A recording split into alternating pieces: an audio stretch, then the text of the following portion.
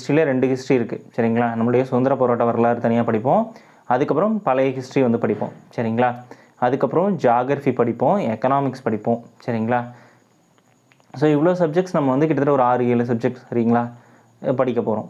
So இவ்வளவும் எல்லாமே கிட்டத்தட்ட நிறையா சிலபஸ் வந்து நிறையா புக்ஸில் இருக்க கண்டென்ட்ஸ் வந்து படித்து அந்த 65 கொஷின் நம்ம அட்டன் பண்ண முடியுமா? ஸோ அப்போ செலக்டிவாக நம்ம படித்தாவே அந்த கொஷின்ஸை வந்து அட்டன் பண்ண முடியும் சரிங்களா. ஸோ அப்போ அந்த செலக்டிவாக எப்படி படிக்கிறது அப்படிங்கிறத பற்றி தான் நான் இந்த வீடியோவில் சொல்ல போகிறேன். ஸோ முழுசாக பாருங்கள். ஸோ நான் வந்து ஏதாவது ஒர்க் போயிட்டே படிக்கிறவங்களாம் லிமிட்டடான கண்டென்ட் படித்தா போதும் சரிங்களா. அதை ஆல்ரெடி நான் சொல்லியிருப்பேன், அதை தான் நான் இப்போ சொல்ல போகிறேன். ஸோ என்னை பொறுத்த வரைக்கும் ஜிகேயில் நீங்கள் ஃபஸ்ட்டு இம்பார்ட்டன்ஸ் கொடுத்து படிக்க வேண்டியது பாலிட்டி சரிங்களா. ஸோ சயின்ஸ் வந்து ஃபஸ்ட்டு விட்டுருங்க, ஒமிட் பண்ணிடுங்க. சயின்ஸ் வந்து ரொம்ப பெரிய டாப்பிக்கு, அதில் நிறையா விஷயங்கள் இருக்குது. அது எல்லாத்தையும் ஞாபகம் வச்சு நம்ம ஒரு 8 to 9 கொஸ்டின் அட்டன் பண்ணுறதுங்கிறது